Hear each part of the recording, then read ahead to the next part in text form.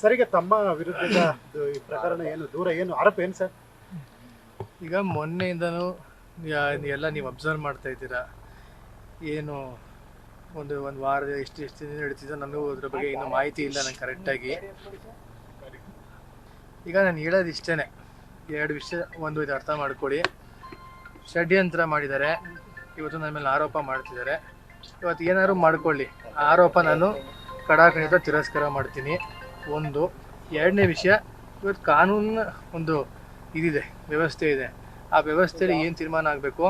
ಈಗ ಮೊನ್ನೆ ಎಲ್ಲ ಕೂತ್ಕೊಂಡು ನಾವೆಲ್ಲ FIR ಮಾಡಿದ್ದಾರೆ, ಆಯ್ತಲ್ವಾ? FIR ಮಾಡಿದ್ದಾರೆ. FIR ಮಾಡಿದ್ದು ಏನು ಇದಾಗಬೇಕು, ಕಾನೂನು ರೀತಿಯಲ್ಲಿ ಯಾವ ರೀತಿ ಅದು ತನಿಖೆ ಆಗಿ ಅದೇನು ಹೊರಗೆ ಬರಬೇಕು, ಸತ್ಯಾಸತ್ಯತೆಗಳು ಅದು ಬಂದೇ ಬರುತ್ತೆ.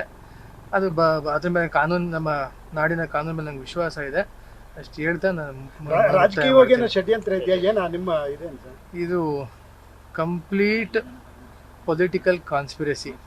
ಬಟ್ ಅದ್ರ ಬಗ್ಗೆ ನಾನು ಏನು ಇವತ್ತು ರಿಯಾಕ್ಟ್ ಮಾಡೋಕ್ಕೆ ಹೋಗಲ್ಲ. ಇಂಥವ್ರು ಮಾಡಿದ್ರು ಅಂಥವ್ರು ಮಾಡಿದ್ರು, ಅವರು ಇವರು ಯಾರ ಬಗ್ಗೆ ಚರ್ಚೆ ಮಾಡೋಕ್ಕೆ ಹೋಗಲ್ಲ. ಇವತ್ತು ತನಿಖೆ ಪ್ರಗತಿಲಿದೆ, ಸತ್ಯಾಸತ್ಯತೆಗಳು ಹೊರಗೆ ಬರ್ತವೆ. ಅದಕ್ಕೆ ರಾಜ್ಯ ಜನನೇ ಅದನ್ನ ನೋಡ್ತಾರೆ ಅಂತ ಹೇಳೋದು. ನ್ಯೂಸ್ ಫಸ್ಟ್, ನಿರ್ಭೀತಿಯಿಂದ ನಿಮ್ಮ ಪರವಾಗಿ.